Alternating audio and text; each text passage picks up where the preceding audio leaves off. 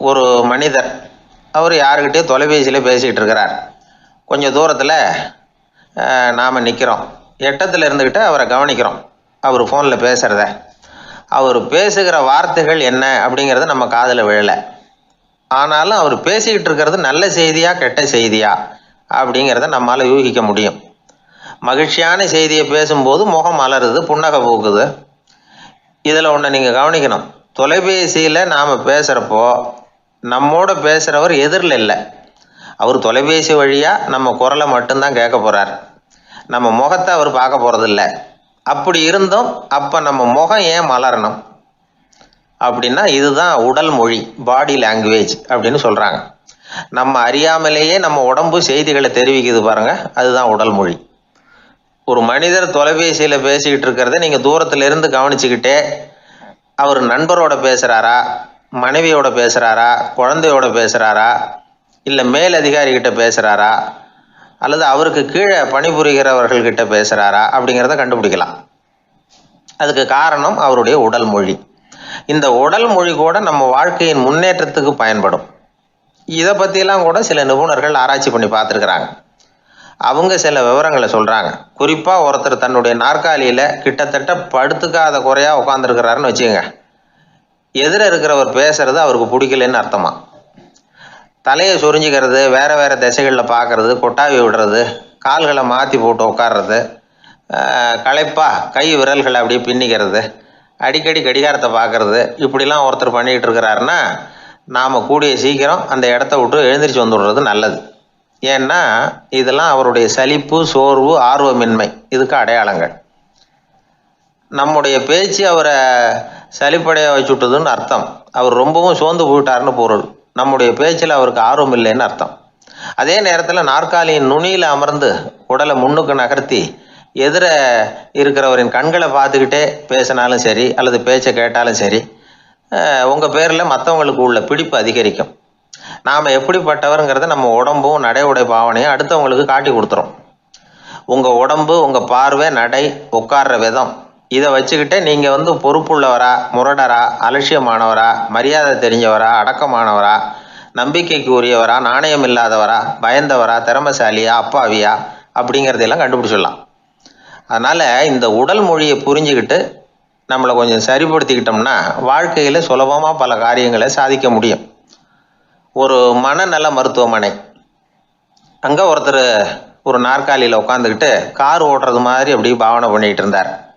ஸ்டேரிங்கை திருப்புறது மாதிரி, பின்னாடி வர்ற வண்டியை நிற்க சொல்கிறது மாதிரி, அப்புறம் இவர் ஒதுங்கிக்கிட்டு அவருக்கு வழி விடுறது மாதிரி, இப்படிலாம் சேட்டைகள் பண்ணிக்கிட்டு இருந்தார் மனநல மருத்துவமனையில். இதை பார்த்துக்கிட்டு இருந்த ஒருத்தர் பக்கத்தில் இருந்த இன்னொருத்தர்கிட்ட கேட்டார், இவர் ஏன் இப்படி பண்ணுறாரு, இவருக்கு ஏன் அப்படி வந்தது நிலைமை அப்படின்னு சொல்லி அவர் விசாரித்தார். அப்போ அவர் விவரம் சொன்னார். வேற ஒன்றும் இல்லைங்க, இவருக்கு கார் ஓட்டணும்னு ஆசை ரொம்ப காலமாக, அது நிறைவேறாமல் போயிட்டுது. அதுக்கப்புறம் அவர் மனநோயாளியை மாறிட்டார். இங்கே அழைச்சிட்டு வந்தாங்க. இங்கே அழைச்சிட்டு வந்ததுலேருந்து அப்படி தான் பண்ணிகிட்டு இருக்கிறார். அப்போ கார் ஓட்டுறது மாதிரிலாம் பாவனை பண்ணிகிட்டு இருப்பார், திருப்புறது மாதிரி பண்ணுவார், பின்னாடி வர்றவங்களுக்கு இடம் விடுவார், இப்படிலாம் செய்கிறார் அப்படின்னு விவரம் சொன்னாங்க. நீங்கள் சொல்லக்கூடாதா, இப்போ நீங்கள் கார் ஓட்டலை, வெறும் நாற்காலியில் தான் உட்காந்துருக்குறீங்க அப்படின்னு நீங்கள் சொல்லக்கூடாதா அவருக்கு அப்படின்னு கேட்டாங்க. அது முடியாதுங்க, ஏன்னா அந்த காரை கழுவுறதுக்காக அவர் தினமும் எனக்கு 10 ரூபா கொடுத்துக்கிட்டு இருக்கிறார் அப்படின்னாராம் அங்கே வேலை செஞ்சுக்கிட்டு இருந்த ஒருத்தர். அதனால் வாழ்க்கையில் நாம் இந்த உடல் மொழியை புரிஞ்சுக்கணும். உடல் மொழிங்கிறது இப்போ ஆரம்பத்தில் சொன்னது மாதிரி அந்த தொலைபேசியில் பேசுகிறவங்கள தூரத்திலேருந்து பார்த்தாவே அவர் யாருக்கிட்ட பேசுகிறார், என்ன பேசுகிறாருன்னு தெரியும். நம்ம முகத்தை நல்லா வச்சுக்கணும். உடல் மொழியை நம்ம புரிஞ்சுக்கிட்டு பயன்படுத்த ஆரம்பித்தோம்னா எந்த முயற்சி பண்ணினாலும் அதில் வெற்றி நிச்சயம். ஊரில் ஒரு சிற்பி இருந்தார். சிற்பின்னா அவர் ரொம்ப திறமையுள்ளவர். அதாவது எங்கேயாவது ஒரு கல் கிடந்தா போதும், அதை அப்படியே எடுத்துகிட்டு வருவார். கொஞ்ச நாள் கழித்து அவர் இடத்துக்கு போய் பார்த்தா அழகாக ஒரு சிற்பம் உட்காந்துருக்கும். இந்த கல்லாக கிடந்தது சிற்பமாக மாறி இருக்கும், அந்த அளவுக்கு பண்ணிவிடுவார். அப்பேற்பட்ட சிற்பி எப்படிங்க அவ்வளவு மோசமான ஒரு கல்லில் இருந்து இவ்வளவு அழகாக ஒரு சிற்பத்தை உங்களால் வடிக்க முடிஞ்சுது அப்படின்னு கேட்டால், அது ஒன்றும் பெரிய விஷயம் இல்லைங்க, இந்த சிற்பம் ஏற்கனவே அந்த கல்லுக்குள்ளே இருந்தது. இதை சுற்றி இருக்கிற வேண்டாத பகுதிகளெல்லாம் உளியால் கொத்தி எடுத்துவிட்டேன், அவ்வளவுதான் என் வேலை. உடனே உள்ளே இருந்த இது வெளியில் வந்துட்டுது அப்படிம்பார். அந்த அளவுக்கு திறமைசாலி. ஒரு சின்ன பாறை இல்லைன்னா கருங்கல்ல பார்த்துட்டாருன்னா போகிறோம், விடமாட்டார். அந்த கல்லோட அமைப்பை கவனித்து பார்த்துட்டு இதுக்குள்ளே ஒரு வீரன் ஒளிஞ்சிருக்காம்பார். அவர் கண்ணுக்கு அதுக்கு தெரியும். இந்த கல்லுக்குள்ளே ஒரு துறவி உட்காந்துருக்காரும்பார். நமக்கெல்லாம் வெறும் கல்லாக தான் தெரியும். இந்த கல்லுக்குள்ளே ஒரு நடன மங்கை நடனம் ஆடிக்கிட்டு இருக்கா அப்படிம்பார். உடனே அந்த கல்லை கொண்டுகிட்டு வருவார். அவர் சொன்னது மாதிரியே உள்ளே இருக்கிற அவங்களையெல்லாம் வெளியில் கொண்டுகிட்டு வந்துடுவார். அதாவது வேண்டாத பகுதிகளெல்லாம் கொத்தி எடுத்துருவார். அவர் மொழியில் சொல்லப்போனால் இந்த சிற்பிக்கு ரொம்ப நாளாக மனசுக்குள்ளே ஒரு ஆசை. அதாவது உண்மை, தூய்மை, இதுக்கு உதாரணமாக இருக்கக்கூடிய புத்தர் சிலையை வடிக்கணும் அப்படிங்கிறது அவரோட ஆசை. ஆனால் அந்த ஆசை நிறைவேறாமலே இருந்துக்கிட்டு வந்தது. அதுக்கு என்ன காரணம்னா, அதுக்கு தகுந்த மாதிரி ஒரு கல் கிடைக்கல. கல் கிடைச்சா அதை செஞ்சுருவார். ரொம்ப காலமாக அங்கே இங்கே தேடி அலைஞ்சார்.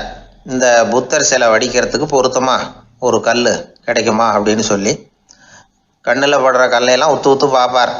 உள்ளே புத்தர் இருக்காரான்னு கவனிப்பார். இருக்கிற மாதிரி எதுவும் தெரியல அவர் கண்ணுக்கு. சரி, இதுக்கு என்ன செய்யலாம்னு யோசனை பண்ணார். நேராக ஒரு புத்த மடாலயத்துக்கு போனார். அங்கே இருக்கிற ஒரு புத்த துறவியை சந்தித்தார். அவர்கிட்ட விசாரித்தார், சுவாமி, புத்தரின் தூய்மை ஒளிஞ்சிருக்கிற அந்த கல் எங்கே கிடைக்கும் அப்படின்னார். அந்த கல் இருக்கிற இடம் எதுன்னு இன்னமும் உங்களுக்கு தெரியலையா அப்படின்னு கேட்டார் துறவி. இல்லைங்க, அதுக்காக தான் அலைஞ்சிக்கிட்டு இருக்கிறேன் அப்படின்னார் இவர். சரி, கவலைப்படாதீங்க, ஏன் கூட வாங்க காட்டுறேன் அப்படின்னு அழைச்சிட்டு போனார். எங்கே போனார்னா, அந்த மடாலயத்தின் பின்பக்கம் போனாங்க. 2 பேரும் போனாங்க. அங்கே போய் பார்த்தா அங்கே ஒரு கிணறு இருந்தது. என்ன அது, நாம் கேட்டது கல், இவர் அழைச்சிட்டு வந்து காட்டுறது கிணறு அப்படின்னு இவருக்கு சந்தேகம். ஒரு மாதிரியாக பார்த்தார். அவர் சொன்னார், துறவி, எட்டி பாருங்க உள்ள அப்படின்னாரு. கிணறுக்குள்ளே என்ன இருக்கும்னு இவருக்கு தெரியாதா, இருந்தாலும் அவர் சொல்கிறாரு அப்படின்னு சொல்லி எட்டி பார்த்தார். பார்த்தா அதில் தண்ணி இருந்தது. அந்த தண்ணியில் தன்னோட உருவம் தெரிஞ்சுது. இப்போ அந்த புத்த ஞானி சொன்னார், துறவியாரே, புத்தரை நாம் தான் ஒழிச்சு வச்சிருக்கிறோம், நமக்குள்ளே தான் அவர் மறைஞ்சிருக்கிறார். அவரை அடையாளம் தெரியாதபடி மூடி இருக்கிறது எது தெரியுமா? நம்மக்கிட்ட இருக்கிற கோபம், போலித்தனம், பதட்டம், ஆசை, இதெல்லாம் தான். அறிவு அப்படிங்கிற ஒளியால் அதையெல்லாம் செதுக்கி எடுத்துட்டோம்னா அந்த அழகான புத்தர் வெளியில் வந்துடுவார் அப்படின்னு சொன்னார் துறவி. அதனால் நமக்குள்ளே இருக்கிற நம்மளை நமக்கே அடையாளம் தெரியல அப்படிங்கிறது தான் உண்மை. அந்த உண்மையான மனிதன் உள்ளே இருக்கிறான். இவர் கல்லை பார்த்துட்டு உள்ளே யார் இருக்காங்கிறது அவருக்கு தெரிஞ்சுது சிற்பிக்கு. ஆனால் உண்மையான புத்தர் எங்கே இருக்காருங்கிறத அவரால் அடையாளம் கண்டுபிடிக்க முடியல. அப்படி தான் பல பேர் இன்றைக்கி இருந்துக்கிட்டு இருக்கிறோம். ஒரு அப்பா தன்னுடைய பிள்ளைக்கு புத்தி சொன்னார், அதோ பார்ப்பா, மனசு தான் கல், அறிவு தான் உளி. உன்னுடைய மனசுங்கிற கல்லை அறிவுங்கிற ஒளியால் செதுக்கி அழகான மனிதனாக நீ வெளியில் வரணும்னார். அதுக்காக தான்ப்பா தேடிக்கிட்டு இருக்கேன்னா அவன். மனசுங்கிற கல்லை தேடிக்கிட்டு இருக்கிறியா அப்படின்னு கேட்டார். இல்லைப்பா, அறிவுங்கிற ஒளி எங்கே இருக்குன்னு தெரியல எனக்கு, அதை தான் தேடிக்கிட்டு இருக்கிறேன் அப்படின்னு நானா. அதனால் அறிவை தேடிக்கிட்டு இருக்கிறவன் என்னைக்கு உண்மையை கண்டுபிடிக்க போகிறான், அதையே கண்டுபிடிக்க முடியலைங்கும் பொழுது. அதனால் நாம் யார் அப்படிங்கிறது நமக்கு அடையாளம் தெரியணும். அந்த அடையாளம் தெரிஞ்சுட்டா வாழ்க்கையில் வெற்றி நிச்சயம். ஒரு ஊரில் ஒரு ஆள் இருந்தான். அவனுக்கும் அவன் மனைவிக்கும் சண்டை. இவன் கோவிச்சுக்கிட்டு வீட்டை விட்டு வெளியில் வந்துட்டான். நேராக தன்னுடைய நண்பன் ஒருத்தனை தேடிட்டு போனான். அந்த நண்பன் எப்படின்னா, எதுக்கும் அசரமாட்டான், எப்பவும் மகிழ்ச்சியாக இருப்பான். அவங்ககிட்ட போய் இவன் யோசனை கேட்டான். அது சரி, நீ எப்படி எப்பவும் மகிழ்ச்சியாக இருக்கிற, என்னால் அப்படி இருக்க முடியலையே அப்படின்னு கேட்டான். என்ன நடந்தது சொல்லுன்னா அவன். வீட்டில் எனக்கும் என் மனைவிக்கும் தகராறு, நிம்மதி இல்லை, அதுதான் இங்கே வந்தேன், உங்ககிட்ட யோசனை கேட்கலாமேன்னு அப்படின்னு விவரத்தை சொன்னான். அதை கேட்டுவிட்டு அதுக்கப்புறமா இவன் சொன்னான், இந்த பாருப்பா, இது ஒன்றும் பெரிய விஷயம் இல்லை. எனக்கு 2 மனைவிகள், 2 வீடு.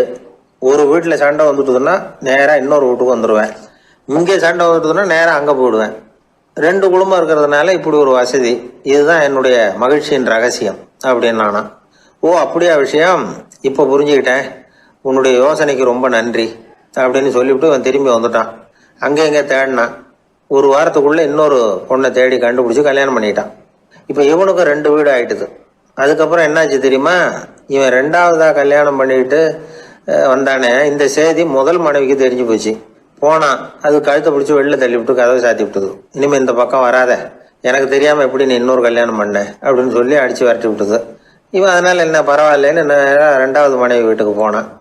அங்கே பார்த்து, நீ எனக்கு கல்யாணம் பண்ணுறதுக்கு முன்னாடி ஏற்கனவே உனக்கு கல்யாணம் ஆச்சுங்கிற விஷயத்த ஏன் என்கிட்ட சொல்லலை அப்படின்னு சொல்லி அதுவும் கழுத்தை பிடிச்சி வெளில தள்ளி விட்டுது. இவன் வீதிக்கு வந்துட்டான். இங்கேயும் போக முடியல, அங்கேயும் போக முடியல. என்ன இது, அவன் சொல்லி கொடுத்த யோசனை ஒன்றும் சரியாக வரலையே அப்படின்னு யோசனை பண்ணிக்கிட்டே நடந்தான். வழியில் ஒரு பாழடைஞ்ச மண்டபம். சரி, இன்னைக்கு ராத்திரி இங்கேயே படுத்துருவோம், வேற எங்கேயும் போய் படுத்து தூங்க முடியாது, அதான் 2 பேரும் விரட்டி விட்டாங்களே, என்ன பண்ணுறது அப்படின்னு சொல்லி அந்த மண்டபத்தில் போய் ஒரு தூணில் ஓரமாக சாஞ்சி உக்காந்தான். அப்போ எதுத்தாப்புல இன்னொரு தூண் ஓரமாக யாரோ அசைகிறது மாதிரி தெரிஞ்சுது, லேசான இருட்டில். யாரப்பா அது அப்படின்னு கிட்ட போய் பார்க்குறான். அப்புறம் தான் தெரியுது, அவன் யாரும் தெரியுமா, இவனுக்கு யோசனை சொன்னான்ல 2 கல்யாணம் பண்ணிக்கணும்னு சொல்லி, அவன் அங்கே படுத்து கிடக்குறான். டேய் நீ எப்படிறா இங்கே வந்த அப்படின்னா, 2 வீட்லேயும் சண்டை வந்துட்டுது, அதுதான் இங்கே வந்தேன் படுத்து தூங்கலாமேன்னு அப்படின்னா. 2 வீடு இருக்கிறது சௌரியம்னு என்கிட்ட சொன்னியப்பா அப்படின்னா இவன். நான் அப்படி சொன்னதுக்கு ஒரு காரணம் உண்டுன்னா அவன். என்னடா காரணம்னு கேட்டான். அது வேற ஒன்றும் இல்லை, தினமும் ராத்திரி இல்லை இந்த மண்டபத்தில் தனியாக படுக்கிறதுக்கு எனக்கு பயமாக இருந்தது, எனக்கு ஒரு துணை தேவைப்பட்டது, அதுக்காக தான் உங்ககிட்ட அப்படி ஒரு யோசனை சொன்னேன். இப்போ நீ வந்ததுனால எனக்கு துணை கிடைச்சிட்டுது. இப்போ நம்ம 2 பேரும் துணையாக இங்கே படுத்துக்கலாம், நீ அந்த தூணில் சாஞ்சிக்கோ, நான் இந்த தூணில் சாஞ்சிக்கிறேன் அப்படின்னு சொல்லி படுத்து தூங்க ஆரம்பிச்சிட்டானோ. அதாவது நம்ம வாழ்க்கையில் முடிவுகள் எடுக்கிற விஷயத்தில் இந்த ஆள் மாதிரி தான் பல பேர் நடந்துக்கிறோம் அப்படிங்கிறார். அதாவது உலக புகழ்பெற்ற மனோதத்துவ மேதை ஸ்காட் பெக் அப்படிங்கிறவர். அதாவது வீட்டுக்கு தேவையான பொருள்கள் வாங்குறதுலேருந்து கல்யாணம் பண்ணுறது, வீடு கட்டுறது வரைக்கும் அடுத்தவங்க பேச்சை கேட்டு வீணா போகிறவங்க தான் அதிகம். அறிவுரை கேட்கறதுல தப்பு இல்லை, ஆனால் அதுக்கப்புறம் அதை பற்றி சரியாக சிந்திச்சு பார்க்கறது இல்லை, அதுதான் தப்பு. சில பேர் அறிவுரை சொல்கிறதுலேயே ரொம்ப தெளிவாக இருப்பாங்க. ஏன் சார் 2 சம்சாரத்தோட குடும்பம் நடத்துறது ரொம்ப கஷ்டமானு கேட்டாராம் ஒருத்தர். அது எனக்கு தெரியாதுங்க அப்படின்னாராம் அவர். ஏன்னு கேட்டிருக்கார். ஏன்னா எனக்கு 3 சம்சாரம் அப்படின்னாராம் அவர். எனக்கு ஒரு நண்பர், அவர் ஒரு வழக்கறிஞர். ஒரு நாள் அவர்கிட்ட பேசிக்கிட்டு இருந்தேன். அப்போ கேட்டேன், ஏன் சார் நீங்கள்லாம் கோர்ட்டில் வாதாடுறப்போ கருப்பு நிற அங்கி அணியிறீங்களே, அதுக்கு என்ன காரணம், சட்டத்துக்கும் கருப்பு கலருக்கும் என்ன சம்பந்தம் அப்படின்னு கேட்டேன். அது ஒரு சுவாரஸ்யமான கதைன்னார் அவர். சொல்லுங்களேன் அப்படின்னு அவர் சொன்னார். கிபி 1694 வருஷத்தில் இங்கிலாந்து அரசி 2வது மேரிங்கிறவர் இறந்து போனார். அந்த ராணியோட கணவர் 3ஆம் வில்லியம், அவரு ஒரு உத்தரவு போட்டாராம். அரசியோட மறைவுக்கு அனுதாபம் தெரிவிக்கிற வகையில் வழக்குரைஞர்கள் எல்லாரும் கருப்பு நிற அங்கி அணியணும் அப்படின்னு. அன்னைக்கு ஆரம்பித்த அந்த பழக்கம் அதுக்கப்புறம் மாறவே இல்லையாம், இன்னைக்கும் தொடருது. வழக்குரைஞர்கள்லாம் முதல்ல கருப்பு அங்கி மட்டும்தான் அணிஞ்சாங்களாம். அதில் ஒரு சின்ன சங்கடம், ஏற்கனவே உடம்பு கருப்பாக இருக்கிறவங்க அதுக்கு மேலே கருப்பு ட்ரெஸ் வேறு போட்டுக்கிட்டா முகம் பளிச்சுன்னு தெரியாது இல்லையா. அதனால் முகம் பளிச்சுன்னு தெரியறதுக்காக அவங்கெல்லாம் வெள்ளை நிற பட்டியை அணிய ஆரம்பித்தாங்களாம். இப்படி தான் இங்கிலாந்தில் அந்த பழக்கம் ஆரம்பமாயிருக்குது. அந்த சமயத்தில் இந்தியாவை ஆண்டது பிரிட்டிஷ்காரங்க தானே, அதனால் இங்கேயும் அந்த பழக்கம் அப்படி நடைமுறைக்கு வந்துட்டுது. அதே மாதிரி சர்ச்சிலின் மூதாதையரான மார்ல்பரோ பிரபுவின் ஞாபகார்த்தமாக நீதிபதிகள் இந்த வெள்ளை குள்ளாய் அணிகிற முறை பழக்கத்துக்கு வந்துதான். இதுதான் என்னுடைய நண்பர் சொன்ன தகவல். இங்கிலாந்தில் நீதிமன்றம்ங்கிறது ரொம்ப மதிப்புள்ளது, அந்த அளவுக்கு சட்டத்துக்கு அங்கே மரியாதை. அங்கே நடந்த ஒரு சுவாரஸ்யமான நிகழ்ச்சியை ஒரு சகோதரி எழுதி அனுப்பியிருந்தாங்க. அவங்க அப்பா நீதித்துறையை சேர்ந்தவரா, அவர் சொன்னதான் இது. அவங்க எழுதி அனுப்பியிருந்த விஷயம் என்னென்னா, அங்கே ஒரு கேஸில் ஒரு முக்கியமான தீர்ப்பு வழங்க வேண்டியிருக்குது. ஜட்ஜு, பாரட்லா படித்த பெரிய பெரிய வக்கீல்கள், ஜூரி எல்லாருமா கூடி அந்த கேஸை பற்றி விவாதிக்கணும். சுமாராக 40 பேர். இதுக்காக கோர்ட்டு ஹாலில் விசேஷ சேம்பரில் நுழையிறதுக்கு முன்னாடி அவங்களெலாம் தங்களுடைய கோட்டு தொப்பி எல்லாத்தையும் கழட்டி அங்கே நின்றுக்கிட்டு இருந்த ஒரு அட்டெண்டர்கிட்ட கொடுத்துட்டு உள்ளே போனாங்க. அந்த ஆள் படிக்காதவர். அவர் ஒவ்வொருத்தர் கொடுக்குறதையும் வாங்கி அங்கே அப்படியே ஒரு இடத்துல அடுக்கி வைக்கிறார். அப்படியே வாங்கி உள்ளே வச்சுக்கிட்டு இருக்கிறார் ஒவ்வொரு இடத்துல. அது அவரோட வேலை. உள்ளே போன ஜட்ஜி, வக்கீல், ஜூரி எல்லாரும் ரொம்ப நேரமாக அந்த கேஸை பற்றி விவாதிக்கிறாங்க. ஒரு நாள் பூரா ஆயிட்டுது. அவ்வளவு தீவிரமாக அக்கு வேறு ஆணி வேறையாக பிச்சு உதறி இருக்கிறாங்க. ஒரு வழியாக 13 மணி நேரம் கழித்து வெளியில் வந்திருக்கிறாங்க. ஒவ்வொருத்தராக வர வர அந்த அட்டெண்டரும் அவங்கவுங்க கோட்டு தொப்பியை அவங்கக்கிட்ட எடுத்து ரொம்ப மரியாதையாக திருப்பி கொடுத்துக்கிட்டு இருக்கிறார். கடைசியாக ஜட்ஜ்மெண்ட்லாம் எழுதி முடிச்சுட்டு ரொம்ப திருப்தியோடவும் களைப்போடவும் வெளியில் வந்துக்கிட்டு இருக்கிறாராம். இந்த ஆள் அவருடைய மேல் கோட்டையும் தொப்பியையும் எடுத்து அவர்கிட்ட ரொம்ப மரியாதையோடு நீட்டினாராம். ஜட்ஜுக்கு ரொம்ப ஆச்சரியம். இந்த ஆள் எப்படி இவ்வளவு பேரோட கோட்டு தொப்பி எல்லாத்தையும் ஞாபகம் பேசகாமல் திருப்பி கொடுக்குறார் அப்படிங்கிறது அவருக்கு ஆச்சரியம். அதனால் அவர் அந்த ஆளை பார்த்து கேட்டாராம், ஏப்பா இந்த கோட்டை கொடுக்குறியே, இது என்னோடது தானா, என்னோடது தான்னு உனக்கு எப்படி தெரியும் அப்படின்னாராம். இதுக்கு அந்த பியூனு ரொம்ப பதவிசாக பதில் சொன்னாராம், ஐயா இந்த கோட்டு ஹேட்டை உங்ககிட்ட வாங்கி மாட்டினேன், இப்போ திரும்ப உங்ககிட்ட தரணும், தந்துட்டேன், இதுதான் என்னோட வேலை, மற்றபடி இது உங்களோடதா இல்லையா அப்படிங்கிறதெல்லாம் எனக்கு தெரியாதுங்க அப்படின்னாராம். ஒரு நண்பர்கிட்ட பேசிக்கிட்டு இருந்தேன். அவருடைய உறவினர் ஒருத்தர் ஒரு நேர்முக தேர்வுக்கு போயிருந்தாராம், இன்டர்வியூக்கு. ரொம்பவும் பொறுப்பாகவும் கவனமாகவும் செயல்பட வேண்டிய பதவிக்கான நேர்காணல் அது. இவர் எழுத்து தேர்வில் ஏராளமான மதிப்பெண்கள் வாங்கிவிட்டார். அதனால் அதை பற்றி கவலை இல்லை. இப்போ நேர்முக தேர்வில் தேர்வு பெறணும். ஏராளமான சான்றிதழ்கள் வச்சிருந்தார். நேர்காணலில் கேட்கப்பட்ட எல்லா கேள்விகளுக்கும் சரியான பதில் தான் சொன்னார்.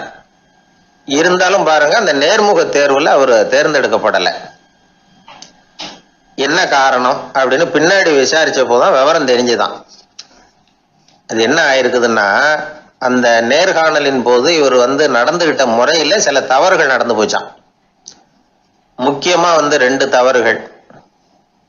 ஒன்று, அவங்க ஒரு கேள்வியை கேட்டு முடிக்கிறதுக்குள்ளேயே இவர் பதில் சொல்ல ஆரம்பிச்சுட்டாராம். 2வது என்னன்னா, இவர் நாற்காலியில தாராளமா இயல்பா சாஞ்சி உட்காராம நாற்காலி முனையில உட்கார்ந்துருந்தாராம். இந்த 2 விதமான செயல்பாடுகளும் இவர் அவசரப்படுறவர், பதற்றப்படுறவர் அப்படிங்கிறதுக்கான அடையாளங்கள். அதாவது கேள்வியை கேட்டு முடிக்கிறதுக்குள்ளேயே முந்திக்கிட்டு பதில் சொல்றது. 2வது, நாற்காலியில இயல்பா தாராளமா உட்காராம நாற்காலி முனையில உட்கார்றது. பார்க்க போற வேலைக்கு அவசரம், பதற்றம் இது 2 இருக்கக்கூடாதான். அதனால மார்க் இருந்தும் சர்டிபிகேட் இருந்தும் அந்த வேலை வாய்ப்பு அவருக்கு கிடைக்கல. வேலை கொடுக்கறவங்க நம்ம கிட்ட இருந்து என்னதான் எதிர்பார்க்கறாங்க, இதை தெரிஞ்சு வச்சுக்கிறது நல்லது. முதல்ல மற்றவர்களுடன் தொடர்பு கொள்ளும் திறமை, அதாவது எபிலிட்டி டு கம்யூனிகேட். நீங்க நினைக்கிறத அழகா தொகுத்து வகைப்படுத்தி சொல்ல தெரியுதான்னு பார்ப்பாங்க. உங்க திட்டங்களை அடுத்தவங்க ஏற்றுக்கொள்ளக்கூடிய விதத்துல வெளிப்படுத்துறதுக்கு உங்களால முடியுதான்னு பார்ப்பாங்க. இதுக்கு என்ன செய்யறது? குழப்பம் இல்லாம சிந்திக்கணும், குழப்பம் இல்லாம பேசணும். 2வது விஷயம் என்னன்னா புத்திசாலித்தனம், அதாவது இன்டெலிஜென்ஸ். ஏத்துக்க போற வேலையை நல்ல விதமா செய்ய முடியுமா உங்களால, அதை எந்தெந்த வழியில செய்யலாம் அப்படிங்கிறத உங்களால தீர்மானிக்க முடியுமா, அந்த வேலைக்கான புது புது யோசனைகளை உங்களால சொல்ல முடியுமா அப்படின்னு பார்ப்பாங்க. இது இன்டெலிஜென்ஸ். 3வது தன்னம்பிக்கை, அதாவது செல்ஃப் கான்ஃபிடன்ஸ். உங்களுக்கு அது உண்டா அப்படிங்கிறத கவனிப்பாங்க. எந்த சூழ்நிலையையும் சமாளிக்கணும், எப்படிப்பட்ட மனிதர்களையும் சமாளிக்கிற தைரியம் வேணும், அடுத்தவங்களை நமக்கு சாதகமா திருப்பக்கூடிய தன்னம்பிக்கை வேணும். 4வது பொறுப்புகளை முன்வந்து ஏற்றுக்கொள்ளுதல், வில்லிங்னஸ் டு அக்செப்ட் ரெஸ்பான்சிபிலிட்டி. பொறுப்புகள்ல இருந்து நழுவி போக ஆசைப்படாம செஞ்சு முடிக்கணும். 5வது முன் வருதல், இனிஷியேட்டிவ். வேலையோட முக்கியத்துவம் உணர்ந்து அதை ஏத்துக்கிட்டு தகுந்த நடவடிக்கைகளை தயங்காம எடுக்கிறதுக்கு முன் வரணும். 6வது என்னன்னு கேட்டீங்கன்னா தலைமைத்துவம், லீடர்ஷிப். 4 பேருக்கு தலைமை தாங்கி நல்ல விதத்துல நடந்துக்க தெரியுதா. 7வது கற்பனை திறன், இமேஜினேஷன். சில பிரச்சனைகள் வரக்கூடும் அப்படின்னு முன்கூட்டியே யூகிச்சு அதுக்கு தகுந்த மாதிரி நடவடிக்கை எடுக்கிற திறமை உண்டா அப்படிங்கிறத பார்ப்பாங்க. எட்டாவது என்னன்னா வளைந்து கொடுத்தல், பிளெக்சிபிலிட்டி. சூழ்நிலைக்கு தகுந்த மாதிரி, மாற்றங்களுக்கு தகுந்த மாதிரி அனுசரித்து நடந்துக்கிறதுக்கு தெரியுதா அவங்களுக்கு அப்படிங்கிறத கவனிப்பாங்க. அடுத்தது திறமைகளை வெளிக்கொணரும் திறமை, இன்டர்பர்சனல் ஸ்கில்ஸ். அடுத்தவங்க கிட்ட இருக்கிற திறமையை கண்டுபிடிச்சி அதை நல்ல விதத்துல ஊக்கப்படுத்தி பயன்படுத்த தெரியுதா அப்படின்னு பார்ப்பாங்க. ஆறாவது சுய அறிவு, செல்ஃப் நாலேஜ். அடுத்தவங்க நம்மளை பத்தி என்ன நினைக்கிறாங்க அப்படிங்கிறத நம்மளால புரிஞ்சுக்க முடியுதாங்கிறது முக்கியம். அடுத்தது போட்டி மனப்பான்மை, காம்படிட்டிவ்னஸ். அடுத்தவங்களை ஒப்பிட்டு பார்த்து அதை விட ஒரு படி மேல வரணுங்கிற குணம் வேணும். இதுக்கு அடுத்தது என்னன்னா குறிக்கோளை வெல்லுதல், கோல் அச்சீவ்மெண்ட். குறிக்கோளை சவாலா எடுத்துக்கிட்டு அதை அடையணும். அப்புறம் வேறுபட்ட திறமைகள், ஒகேஷனல் ஸ்கில்ஸ். பதவிக்கு வேண்டிய திறமைகள் தவிர மற்ற திறமைகள் எதுவும் உண்டாங்கிறது முக்கியம். நமக்கு வேலை கொடுக்கணும்னு நினைக்கிறவங்க நம்ம கிட்ட இருந்து இவ்வளவும் எதிர்பார்ப்பாங்க. அதுக்கு தகுந்த மாதிரி நம்மளை நாமே தயார்படுத்திக்கணும். எனக்கு வேண்டப்பட்ட ஒருத்தர் ஒரு இன்டர்வியூக்கு போயிட்டு வந்தார், நேர்காணலுக்கு. எப்படி இருந்தது இன்டர்வியூன்னு விசாரித்தேன். நான் போனேன். அவர் கேட்ட எல்லா கேள்விக்கும் அவர் எதிர்பார்த்தது மாதிரியே எல்லா பதிலையும் சொன்னேன். கடைசியா நான் எதிர்பார்க்காத ஒரு தகவலை அவர் சொன்னார் அப்படின்னார். என்னன்னு கேட்டேன். அவரும் என்ன மாதிரியே இன்டர்வியூக்கு வந்தவர் தானா, சும்மா என்ன கேள்வி கேட்டுக்கிட்டு உட்காந்துருந்தாராம் அப்படின்னார். அதனால ஒரு நேர்காணலுக்கு போறதுக்கு முன்னாடி என்ன எதிர்பார்க்கறாங்க அப்படிங்கறத தெரிஞ்சுக்கிட்டு போனா வெற்றி நிச்சயம். ஊர்ல ஒரு ஞானி இருந்தார். ஒரு நாள் அவரை தேடிட்டு ஒருத்தர் வந்தார். வந்தவர் ஞானியை பார்த்து ஒரு கேள்வி கேட்டார். ஐயா, உங்களுடைய சாதனை என்ன? இதுதான் அவர் கேட்ட கேள்வி. இதை கேட்டதும் அந்த ஞானி நிமிர்ந்து இவரை பார்த்தார். அப்புறம் சொன்னார், அது ஒன்றும் பெரிய விஷயம் இல்லை, அது ரொம்ப எளிமையான ஒண்ணு.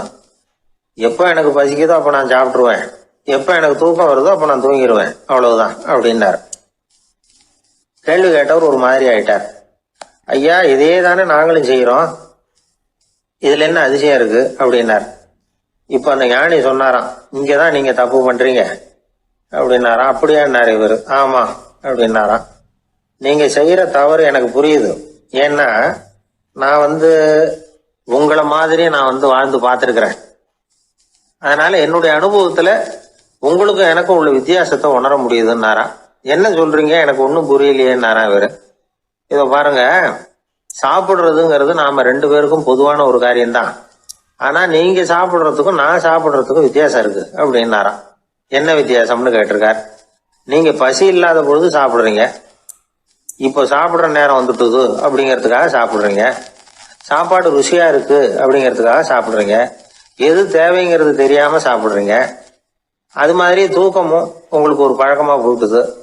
இப்போ இது தேவையா இல்லையா அப்படிங்கிறத பத்தி நீங்க யோசிச்சு பாக்குறது இல்ல. சாப்பிடும் பொழுது 1000 வேலைகளை மனசுல நினைச்சுக்கிட்டு இருப்பீங்க. அதனால அது சாப்பிடுதலா இருக்காது. அதே மாதிரி நீங்க தூங்கும் பொழுதும் அது தூங்குதலா இருக்காது. ஏகப்பட்ட கனவுகள் வரும். உங்க மனசு மேலும் மேலும் கனவுகளை உருவாக்கி கொண்டே இருக்கும். அதனால எனக்குள்ள நடக்கிறது வேற மாதிரி, நீங்க நினைக்கிறது மாதிரி இல்ல. எனக்குள்ள நடக்கிறது எப்படின்னா, நீங்க செய்யறது மாதிரி இல்ல. தூக்க உணர்வு வந்த உடனே தூங்குதல் மட்டுமே நடைபெறும். அதுதான் என்கிட்ட நடக்கிறது அப்படின்னாராம் அந்த ஞானி. இப்ப வித்தியாசம் புரியுதா? அந்த ஞானி சாப்பிடுறத அனுபவிக்கிறார், அது எக்ஸ்பீரியன்ஸ். நாம அப்படி இல்லை, மனம் போன போகல சாப்பிடுறோம். இது இன்டெலிஜிங். இது ரெண்டுலயும் செயல்ல வேறுபாடு இல்லை, விழிப்புணர்வுல தான் வேறுபாடு இருக்கு. அவர் சாப்பிடும் பொழுது ஒரு சாட்சி மனோபாவத்தோட சாப்பிடுறார். எவ்வளவு தேவையோ அவ்வளவுதான் சாப்பிடுறார். ஏன்னா அவருடைய விழிப்புணர்வு முழுமையா செயல்படுது. அதனால அவர் சாப்பிடும் பொழுது நம்மை விட மகிழ்ச்சியா இருக்கிறார். நாம அப்படி இல்லை, வயிற்றை நிரப்புறதுக்காக சாப்பிடுறோம். இன்னும் சொல்ல போனா சாப்பிடும் பொழுது நாம அங்கேயும் இருக்கிறது இல்லை, எங்கேயோ போயிடுறோம். உடம்பு மட்டும்தான் அங்க இருக்கும். ஆனா ஞானி அப்படி இல்லை. அவர் சாப்பிடும் பொழுது சாப்பிடுதல் மட்டுமே இருக்கும். எந்த ஒரு செயலையும் விழிப்புணர்வோட செய்யலாம், மனம் போன போக்கிலையும் செய்யலாம். விழிப்புடன் செய்யறப்போ செய்யும் செயல் நம்ம அனுபவமாகிறது, அவ்வளவுதான். இதெல்லாம் பெரிய தத்துவம் மாதிரி தெரியும். இருந்தாலும் நாம புரிஞ்சுக்க வேண்டியது என்னன்னா, எந்த காரியத்தை செஞ்சாலும் அதுல முழு ஈடுபாடு வேணுங்கிறது முக்கியம். அந்த அளவுக்கு முதல்ல நம்மளை மாத்திக்கிட்டா போதும். ஆனா நம்ம ஆளுங்க அந்த அளவுக்கு இருக்கிறது இல்ல, எல்லாமே அரைக்குறை தான். கேட்டா ஞாபகம் வருது. ஒருத்தன் என்ன பண்ணானா, விமான டிக்கெட் வாங்கிக்கிட்டு ரயில்வே ஸ்டேஷனுக்கு வந்துட்டான். அப்புறம் தான் புரிஞ்சுது தவறுதெல்லாம் இங்க வந்துட்டோங்கிறது. உடனே அவசரமா விமான நிலையத்தை நோக்கி ஓடி இருக்கிறான். அங்கே போய் கவுண்டரில் கேட்டிருக்கான், மேடம் நான் தவறுதெல்லாம் ரயில்வே ஸ்டேஷனுக்கு போயிட்டேன், இப்போ விமானத்தையும் தவற விட்டுட்டேன், அடுத்த ஃப்ளைட்டில் எனக்கு இதை மாற்றி தர முடியுமான்னு கேட்டிருக்கான். முடியாதுன்னாங்களாம் அந்த அம்மா. ஏன்னு கேட்டானா, ஏன்னா இப்போ நீங்கள் வந்திருக்கிறது பஸ் ஸ்டாண்டு அப்படின்னாங்களாம். சீடன் வெளியூர் புறப்படுறதுக்கு தயாராக இருந்தான். ரொம்ப தூரம் போக போகிறான். திரும்பி வர நாளாகும். புறப்படுறதுக்கான ஆயத்த வேலைகளில் ஈடுபட்டிருந்தான். அந்த சமயம் பார்த்து இன்னொரு சீடன் அவங்கிட்ட வந்தான். நம்ம குரு உன்னை அழைச்சிட்டு வர சொன்னார் வா அப்படின்னு கூப்பிட்டான். இவன் உடனே புறப்பட்டு போனான். குருநாதரை பார்த்தான். அவர் காலில் விழுந்து வணங்கினான். வணங்கிவிட்டு எழுந்திரிச்சான். அவ்வளவுதான். குரு ஏதாவது உபதேசம் பண்ணுவாருன்னு எதிர்பார்த்தான். ஆனால் நடந்தது என்ன தெரியுமா? குரு அவனுக்கு ஓங்கி ஒரு அடி கொடுத்தார். எதிர்பாராம இந்த அடியை வாங்கினதும் அந்த சீடன் அதிர்ந்து போயிட்டான். பக்கத்தில் இருந்த மற்ற சீடர்களும் திகைச்சு போய் நின்றுட்டாங்க. அடி வாங்கின சீடனுக்கு மனசுக்குள்ள குழப்பம்.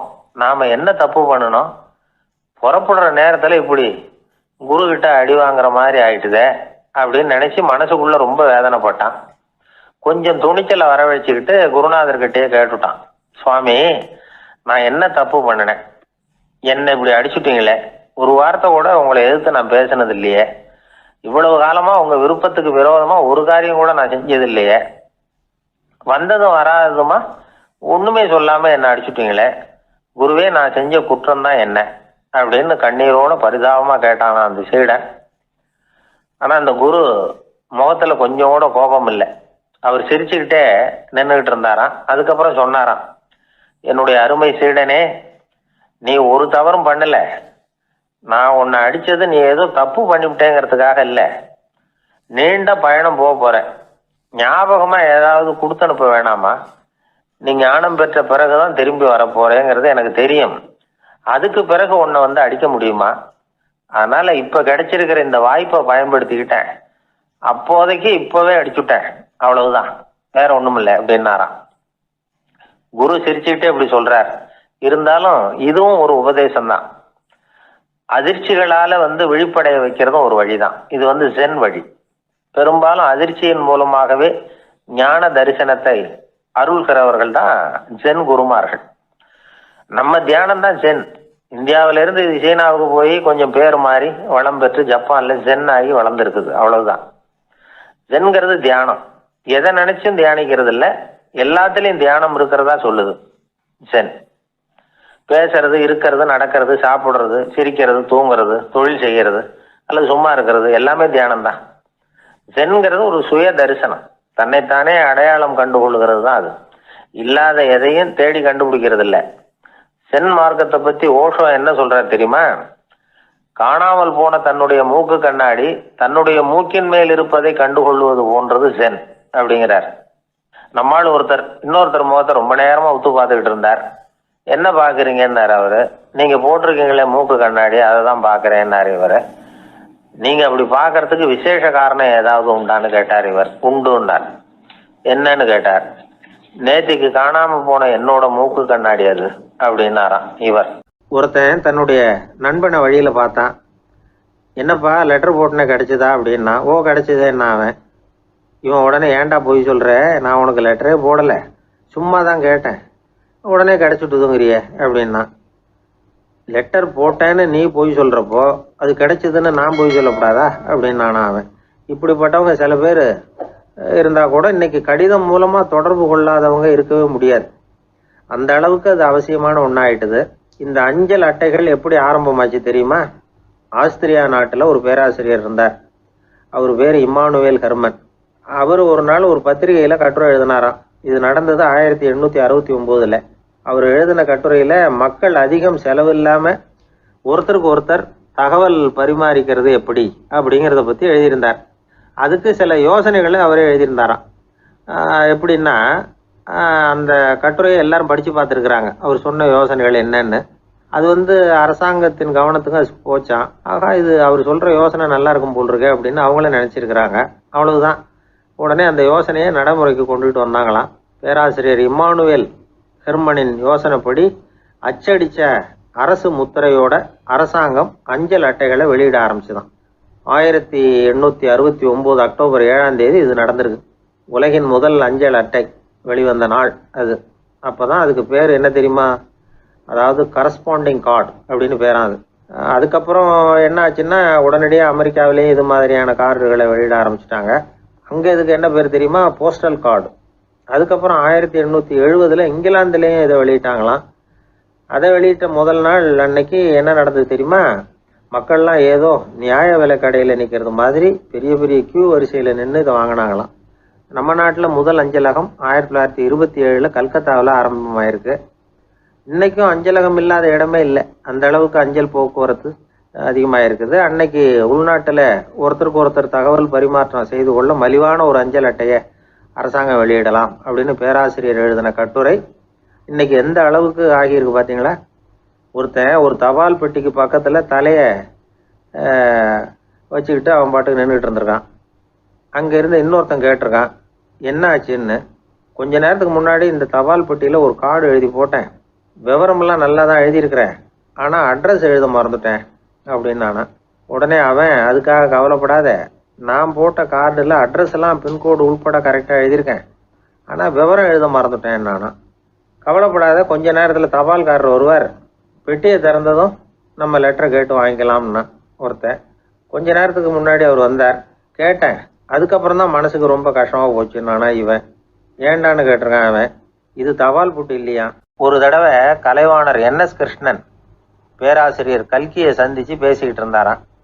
கலைவாணர் கல்கியை பார்த்து, எனக்கு கதை எழுத ஆசையா இருக்கு, எப்படி எழுதுறதுன்னு கேட்டாராம். கதை எழுதுறதுக்கு 4 மை வேணும்னாராம் கல்கி. அப்படியா, அப்படின்னா என்னென்ன கலர் மை அப்படின்னு கேட்டிருக்காரு கலைவாணர் சிரிச்சுக்கிட்டே. நான் சொன்னது கலர் மை இல்லை, அது வேற மை. அதாவது கதை எழுதுறதுக்கு தேவைப்படுகிற 4 மை எதுன்னா, 1 திறமை, 2 பேணாமை, 3வது தனிமை, 4வது பொறுமை அப்படின்னாராம். உடனே கலைவாணர், உங்கள் யோசனை அருமை அப்படின்னாராம். அதுதான் கலைவாணர்.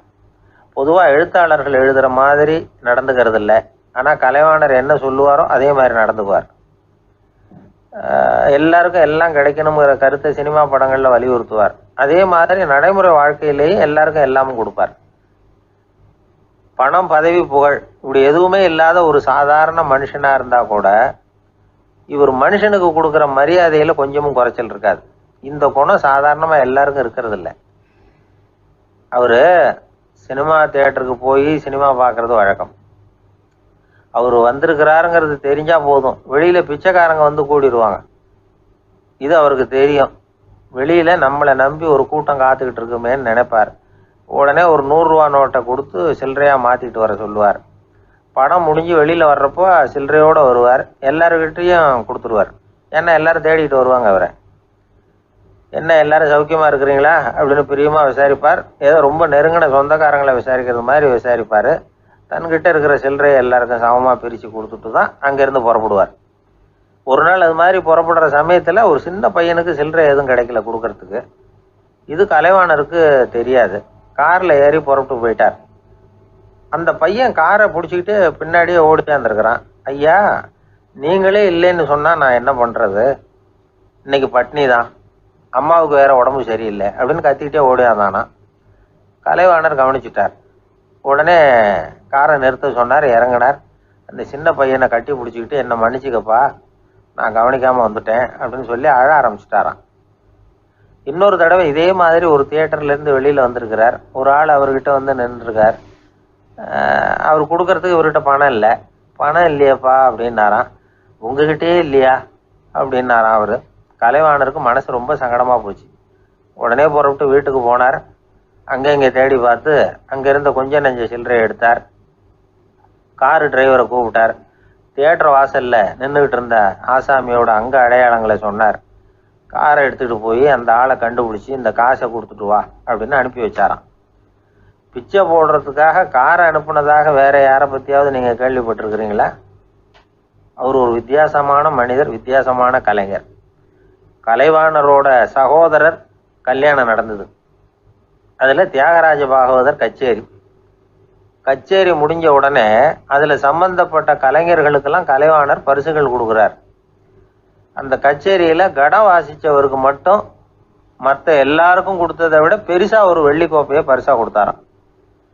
மற்றவங்களுக்கெல்லாம் சின்னதா கொடுத்துட்டு கட வித்துவானுக்கு மட்டும் பெருசா பரிசு கொடுக்குறீங்களே ஏன்னு கேட்டிருக்கிறாங்க. அதுக்கு கலைவாணர் விளக்கம் கொடுத்தாராம். இப்பெல்லாம் ரயில்ல கூட்டம் அதிகங்கிறது உங்களுக்கு எல்லாருக்கும் தெரியும். இந்த வித்துவான் இவ்வளவு பெரிய மண்பானைய ரயில்ல ரொம்ப பத்திரமா உடையாம ரொம்ப தூரத்துல இருந்து கொண்டு வந்திருக்கிறாரே, அது என்ன சாமான்யமான காரியமா?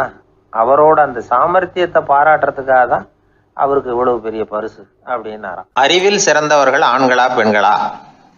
என்னுடைய நண்பர் ஒருத்தரை பார்த்து நான் கேட்ட கேள்வி இது. அவர் மெதுவா தன்னுடைய தலையை சொரிஞ்சுக்கிட்டே சொன்ன பதில், அதுல என்ன சார் சந்தேகம், அவங்க தான் அப்படின்னார். அனுபவ அடிப்படையில் அவர் இப்படி சொல்றார். அறிவியல் அடிப்படையில் பார்க்குறவங்களும் இப்படி தான் சொல்றாங்க.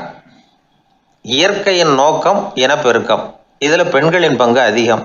அதனால இயற்கையே பெண்களுக்கு பல சலுகைகளை கொடுத்துருக்குது, சக்தியை கொடுத்துருக்குது. இப்போ வெளிநாடுகளில் இதை பற்றியெல்லாம் நிறைய ஆராய்ச்சி பண்ணி பார்த்துருக்குறாங்க, புள்ளி விவரங்கள்லாம் வெளியிட்டிருக்கிறாங்க. ஆண் குழந்தைகளை விட பெண் குழந்தைகள் முன்னாடியே பேச ஆரம்பிச்சுடுறாங்களாம். அது மட்டும் இல்லை, அதிக எண்ணிக்கையில் வார்த்தைகளை கற்றுக்கிறாங்களாம். அப்புறம் பலவிதமான வாக்கிய அமைப்புகளை அமைச்சு பேசுறதுலையும் பெண் குழந்தைகள் முன்னாடியே ஆரம்பிச்சுடுறாங்களாம். இதெல்லாம் சீக்கிரமாக செய்கிறது பெண் குழந்தைகள் தான். சம வயது உள்ள ஆண் குழந்தைகள் பெண் குழந்தைகள் இவங்களை வச்சு சோதனைகள் பண்ணி பார்த்துருக்குறாங்க. அதாவது ஒரே வயசுள்ள ஆண் குழந்தை பெண் குழந்தை இதெல்லாம் வச்சு அவங்கக்கிட்ட ஒரே கேள்வியை பல விதமாக கேட்கறது, ஒரே செய்தியை வேற வேற கோணங்கள்லேருந்து விளக்கிறது, தவறு இல்லாமல் பேசுறது, வேகமாக படிக்கிறது, எழுதுறது, புரிஞ்சுக்கிறது, இப்படி இதை பற்றிலாம் எத்தனையோ சோதனைகள்லாம் செஞ்சு பார்த்துருக்குறாங்க. அப்படி பார்த்ததில் என்ன தெரிஞ்சதுன்னா, அதில் எல்லாம் ஆண் குழந்தைகளை விட பெண் குழந்தைகள் 1.5 மடங்கு அதிக திறமை உள்ளவங்களாக இருக்கிறாங்களாம். இன்னொரு மொழியை கற்றுக்கிறது, பேசுறது, எழுதுறது, இது கூட பெண்களுக்கு சுலபமாக வருதான். 2 மொழிகளை மாற்றி மாற்றி பேசுறது, மொழிபெயர்க்கிறது, இப்படிலாம் கூட சோதனை பண்ணி பார்த்துருக்குறாங்க. இதுலேயும் பெண்களுக்கு தான் அதிக திறன். சரி, இதை விடுங்க. புள்ளி வச்சு கோலம் போடுறது, அதில் இருந்து இந்த கை கடிகாரங்களில், கம்ப்யூட்டர்களில் நுண்ணிய பாகங்களை பொருத்துறது, இது வரைக்கும் பெண்கள் தான் திறமையாக செயல்படுறாங்க அப்படிங்கிறது அந்த சோதனை முடிவு. இந்த நுட்பம், துல்லியம், விரைவு, சிறு கை இயக்கங்களோடு செய்ய வேண்டிய மென்மையான பணிகள், இதுக்கெல்லாம் தேவை கவன குவியம், பொறுமை, இதெல்லாம் பெண்கள்கிட்ட தான் இருக்குதான். அமெரிக்காவில் இன்னொரு சோதனை கூட செஞ்சு பார்த்துருக்குறாங்க. பெண்களின் மூக்கு மோப்ப உணர்வு, இதெல்லாம் எப்படின்னு பார்த்துருக்குறாங்க. பெண்கள் அதிக எண்ணிக்கையில் வாசனைகளை பிரித்து கண்டுபிடிச்சி விடுறாங்களாம். ஆண்களால் அந்த அளவுக்கு முடியலையாம். சரி, காது எப்படின்னா செவிப்புலன் உணர்வும் பெண்களுக்கு தான் அதிகமாக. ஒரு கும்பல், அதில் பலவிதமான சத்தம், அதுக்கு இடையில இந்த குரலோட தொனி, ஏற்ற இறக்கம், இதை வச்சு பேசுகிற ஆளை கண்டுபிடிச்சிடுறாங்களாம். ஒரு கூட்டத்தில் தன்னுடைய வீட்டுக்காரர் எங்கே இருக்கார், பிள்ளைகள் எங்கே இருக்காங்க அப்படிங்கிறதெல்லாம் பெண்கள் சீக்கிரமாக கண்டுபிடிச்சி விடுறாங்களாம். இன்னொரு விஷயம், ஒரு பொருளை பார்த்த உடனே அது என்னென்னு அடையாளம் கண்டுக்கிறது, அதை மனசில் பதிய வச்சுக்கிறது, அப்புறமா இன்னொரு சந்தர்ப்பத்தில் அது எங்கே இருந்தது அப்படின்னு சரியாக ஞாபகப்படுத்திக்கிறது, இது மாதிரி சோதனைகள்லாம் கூட பெண்கள் தான் முன்னணியில் இருக்கிறாங்க. ஒரு சராசரி சூழ்நிலையில் ஆண்களை விட அதிகமான எண்ணிக்கையில் புன்னகை புரிகிறது, சிரிக்கிறது பெண்கள் தானா. அதிகமாக தோழமை உணர்வோடு பேசுகிறதும் அவங்க தானா. 2 பெண்கள் பேசிகிட்டு இருக்கிறதையும் பாருங்கள், அதே மாதிரி 2 ஆண்கள் பேசிகிட்டு இருக்கிறதையும் பாருங்கள். ஆண்கள் ஒரு அடி தள்ளியே நின்று பேசிகிட்டு இருப்பாங்க. மருத்துவர்களை எடுத்துக்கொள்ளுங்கள், அதாவது சிரிச்ச முகத்தோட நோயாளிகள்கிட்ட பரிவோடு பேசுறதுல பெண் டாக்டர்கள் தான் அதிகம். இதுவரை சொல்லப்பட்டது எல்லாமே அறிவியல் பூர்வமான செய்திகள். அதனால் இளம் பெண்கள் வாழ்க்கையில் சோர்வடைய தேவையில்லை. இயற்கையே நமக்கு சாதகமாக இருக்குது, எல்லாம் முடியும் நம்மால அப்படிங்கிறத அவங்க புரிஞ்சுக்கணும். ஒரு பையன் தன்னுடைய அப்பா அம்மா திருமண ஆல்பத்தை புரட்டிக்கிட்டே இருந்தான். அப்புறம் அம்மாகிட்ட கேட்டான், அம்மா இது யார் சின்ன வயசில் எடுத்ததா, இது என்னன்னு தெரியலையே, இந்த படத்தில் அழகாக மீசை வச்சுக்கிட்டு சிரிச்சுக்கிட்டு நிற்கிறது யார் அப்படின்னு கேட்டான். அதுதாண்டா அவங்க அப்பான்னாங்க அந்த அம்மா. அப்படின்னா இப்போ நம்ம வீட்டில் நரைச்ச தலையோடு அழுது வடிஞ்சிக்கிட்டு இருக்காரு ஒருத்தர், அவர் யாருன்னு கேட்டானா. இது பையனுடைய புத்திசாலித்தனம். பெண் பிள்ளைகள் அப்படி கேட்கறதில்ல. அதனால் இந்த கதையெல்லாம் எதுக்காக அப்படின்னா, இளம் பெண்கள் வாழ்க்கையில் சோர்வு அடைஞ்சு போயிடக்கூடாது. அதனால் பெண்கள் எல்லாம் முடியும் நம்மாலும் அப்படிங்கிறத நினச்சி செயல்பட்டாங்கன்னா வாழ்க்கையில் வெற்றி நிச்சயம். ஒருத்தங்க கூட நாம் சண்டை போடுறோம், அதில் நாமளே ஜெயிச்சு விடுறதா வச்சுக்குவோம். நம்ம மனசுக்கு சந்தோஷமாக தான் இருக்கும், இருந்தாலும் உள் மனசில் ஒரு பயமும் உண்டாகலாம். தோத்து போனவன் சும்மா இருப்பானா?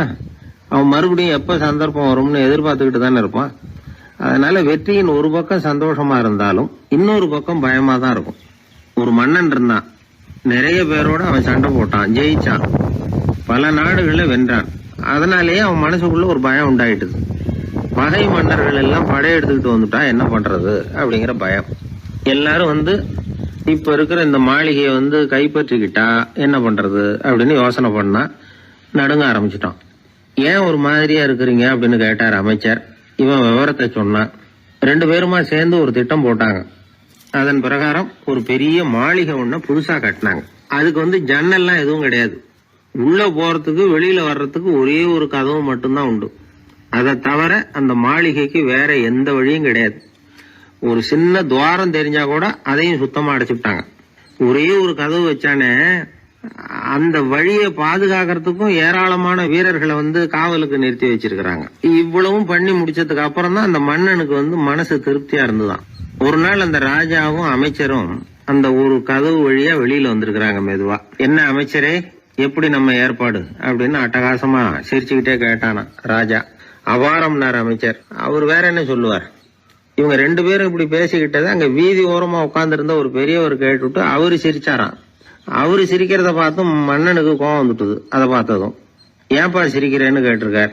அதுக்கு அந்த பெரியவர் சொன்னாராம், ரொம்பவும் புத்திசாலித்தனமா தான் இந்த மாளிகையை கட்டி இருக்கிறீங்க, ரொம்ப பாதுகாப்பா தான் இருக்குது, இருந்தாலும் ஒரு குறை தெரியுதுன்னார். என்னன்னு கேட்டார் அவரு. வேற வழியே வைக்காம மாளிகை கட்டின நீங்க என்னத்துக்காக ஒரே ஒரு வழி மட்டும் வச்சிருக்கிறீங்க? அந்த வழியா எதிரிகள் நுழைஞ்சுட்டா என்ன பண்ணுவீங்க அப்படின்னார். என்ன பண்றதுன்னார் அவரு. அதையும் ஒரு கருங்கல் சுவர் எழுப்பி சுத்தமா அடைச்சு விடுங்க, அதுதான் நல்லது. அதுக்கப்புறம் எதிரிகள் பயம் கொஞ்சம் கூட இல்லாம நீங்க உள்ள உட்காந்துக்கலாம், அதுதான் ரொம்ப பத்திரம் அப்படின்னார். மன்னன் யோசனை பண்ணி பார்த்தான். பளிச்சுன்னு ஒரு யோசனை தோணுச்சு. அது சரி, நீங்க சொல்றது மாதிரி அந்த ஒரு வழியையும் அடைச்சுட்டா இந்த மாளிகைங்கிறது ஒரு கல்லறை மாதிரி ஆயிடுமே அப்படின்னாராம். இப்ப மட்டும் இது எப்படி இருக்குதுன்னு நினைக்கிறீங்க? கல்லறை மாதிரி தானே இருக்குது அப்படின்னார் பெரியவர். எதிரி உங்களை சாகடிக்கலைன்னாலும் நீங்களா ஒரு நாள் சாகத்தானே போறீங்க அப்படின்னார். அதுக்கப்புறம் கொஞ்சம் விளக்கமும் கொடுத்தார். உங்க மாளிகையில எவ்வளவு ஜன்னல்களும் கதவுகளும் இருக்குதோ அந்த அளவுக்கு வெளி உலகத்தோட உங்களுக்கு தொடர்பு இருக்கு. அந்த அளவுக்கு உங்க வாழ்க்கையில ஒரு இயக்கம் இருக்குது. கதவுகளை மூட மூட வாழ்க்கையும் அடப்பட்டு போடும். நான் கூட ஒரு காலத்துல மாளிகையில தான் இருந்தேன். அதோட சுவர்கள் இருந்ததுல அதை எவ்வளவுதான் தள்ளி தள்ளி போட்டாலும் என்னுடைய வாழ்க்கைக்கு அதெல்லாம் ஒரு எல்லை கோடுகள் மாதிரி தெரிஞ்சுது. அதை உணர்ந்தேன். வாழ்வுக்கு எல்லையே இருக்கக்கூடாதுன்னு நினைச்சேன்.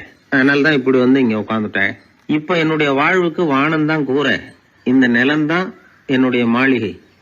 இப்பதான் வாழ்க்கையை முழுமையா என்னால உணர முடியுது, அனுபவிக்க முடியுது அப்படின்னாரு அந்த பெரியவர்.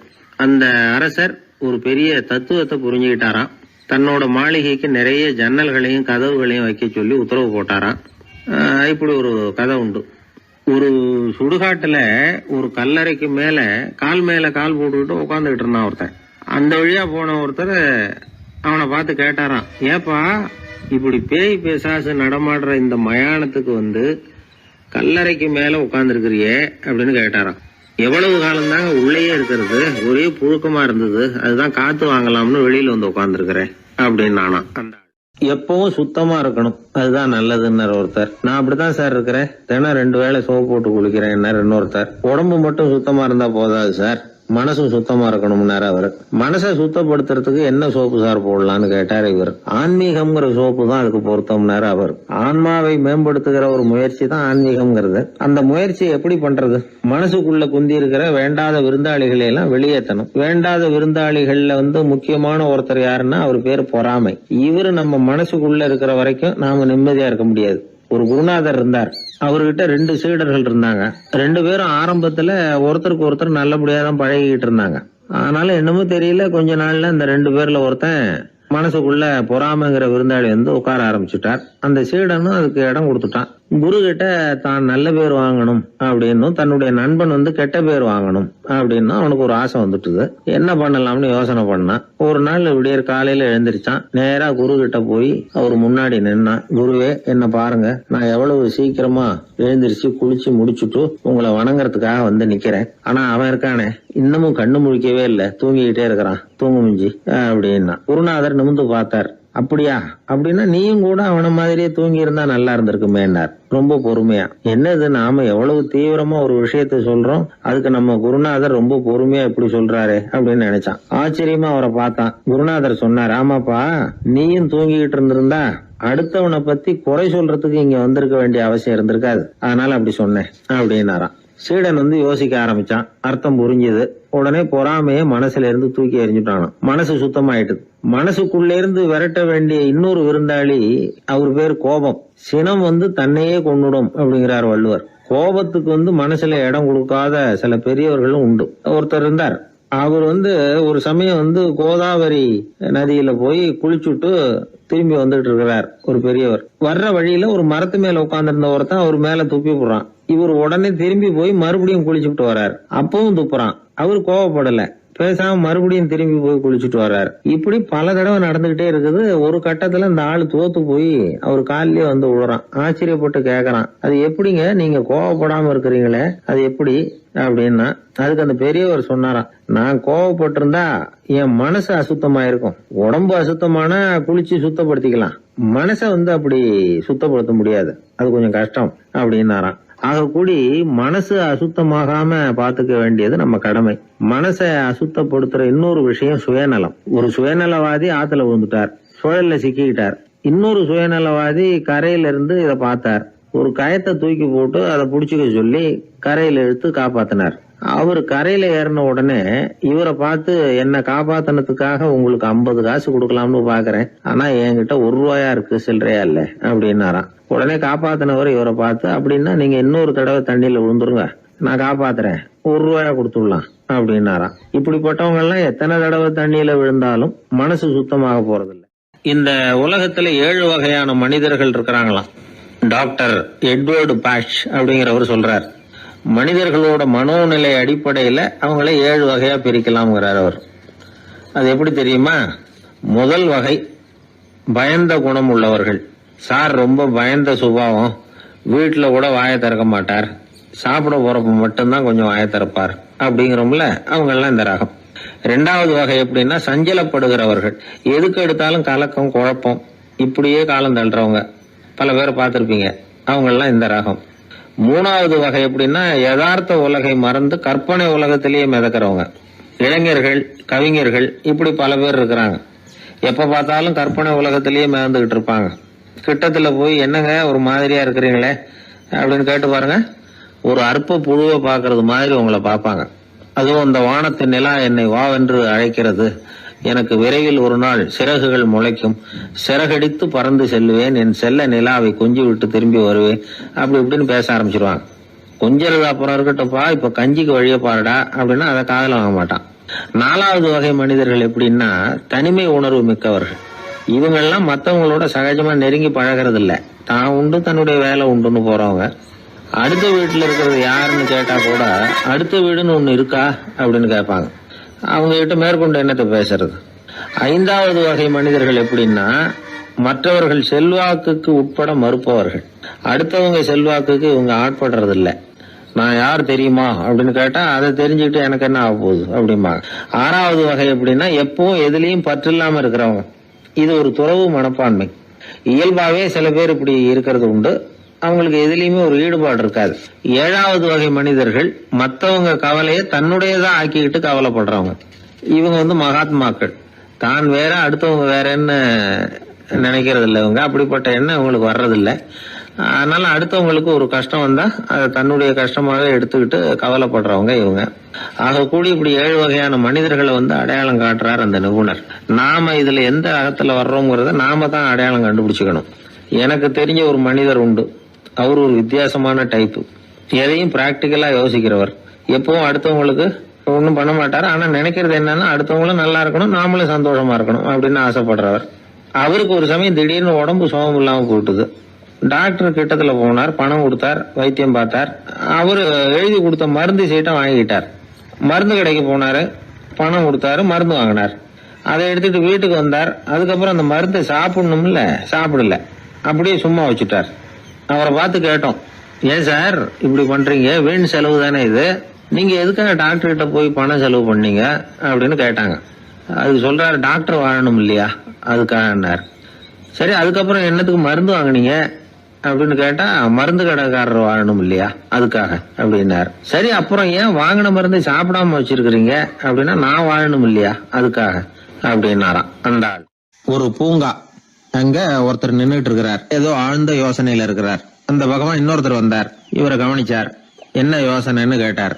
எப்படி எழுந்திருக்கிறதுன்னு யோசனை பண்ணிட்டு இருக்கிறேன்னாரு. அவர் கேட்டவருக்கு ஒரு மாதிரி ஆயிட்டது. ஏற்கனவே நின்றுகிட்டு இருக்கிற ஒருத்தர் எப்படி எழுந்திருச்சு நிக்கிறதுன்னு யோசிக்கிறாருன்னா அது ஆச்சரியம் தானே.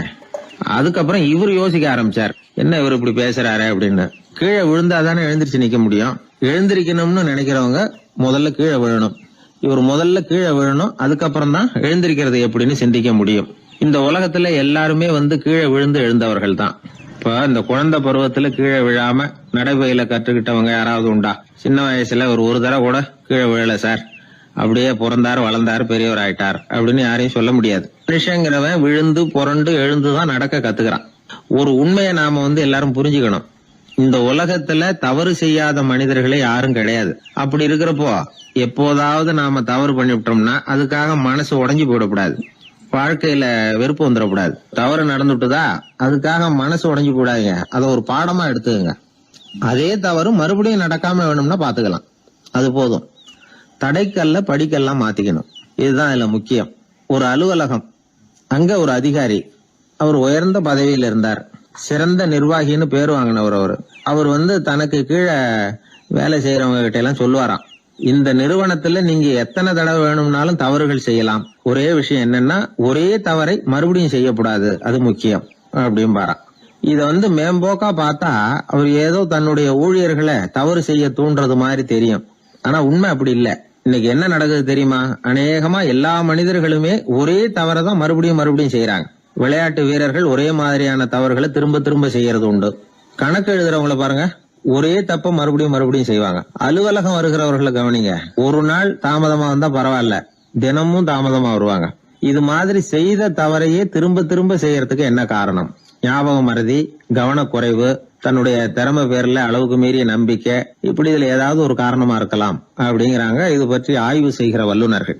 ஒரு தடவை செஞ்ச தவிர மறுபடியும் செய்யறது இல்லைன்னு முடிவு செஞ்சுக்கிட்டு அதை செயல்படுத்த கத்துக்கணும், அது போதும், வாழ்க்கை வெற்றிகரமா அமையும் அப்படிங்கிறாங்க அந்த அனுபவசாலிகள். அதனால வெற்றிகரமா வாழ்க்கையில நடைபோட விரும்பும் இளைஞர்கள் தவிர்க்க வேண்டியது என்னன்னா, முதல்ல சோம்பலை தவிருங்கள், சுறுசுறுப்பாக இயங்குங்கள் அப்படிங்கறது அவங்க அறிவுரை. 2வது ஞாபக மறதி, எந்த செயல்லையும் ஈடுபாடு வேணும், அக்கறை வேணும். 3வது கவனக்குறைவு, எதையும் அலட்சியப்படுத்தக்கூடாது.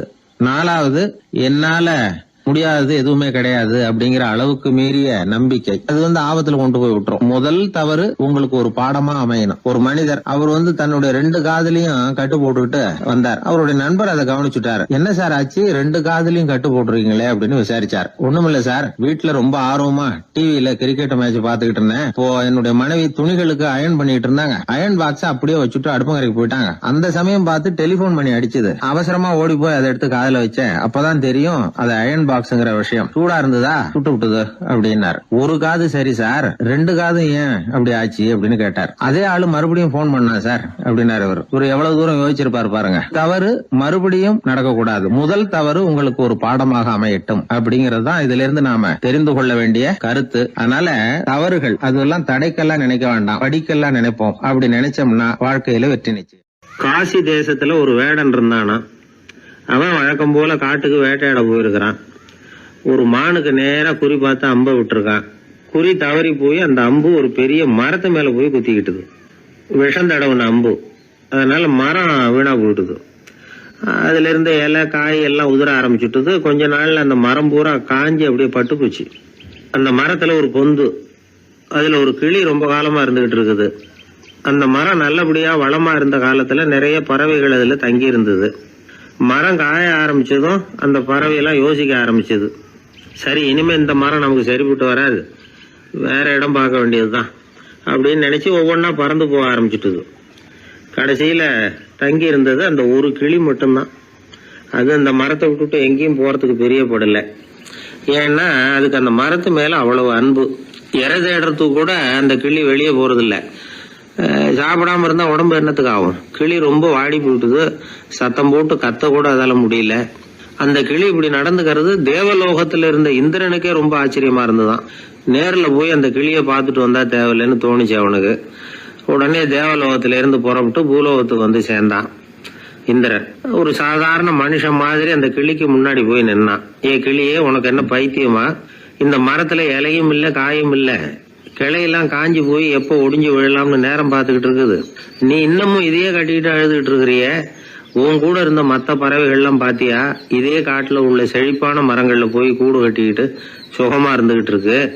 நீ மட்டும் ஏன் இப்படி கஷ்டப்படணும் அப்படின்னு கேட்டான் இந்திரன். கிளியை சும்மா சோதிக்கிறதுக்காக தான் அப்படி கேட்டிருக்கான். அந்த கிளிக்கு தவ வலிமை அதிகம், அதனால வந்திருக்கிறது இந்திரன் தாங்கிறது அதுக்கு புரிஞ்சு போச்சு. தேவேந்திரா, நான் இந்த மரத்துல தான் பிறந்தேன் வளர்ந்தேன். சின்ன வயசுல இருந்து என்னை வளர்த்து காப்பாத்தி ஆளாக்குனது இந்த மரம் தான். எனக்கு பசி எடுத்தப்போ பழம் கொடுத்தது இந்த மரம் தான்.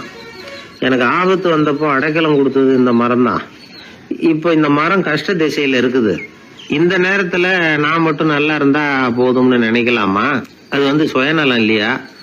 இப்படி இது துன்பப்படுற காலத்துல நானும் இது கூட இருந்து துன்பத்தை சகிச்சுக்கிறது தான் நியாயம். உதவி செஞ்சவங்களை உதறி தள்ளுறது நல்லது இல்லைங்கிறது உங்களுக்கே தெரியும்.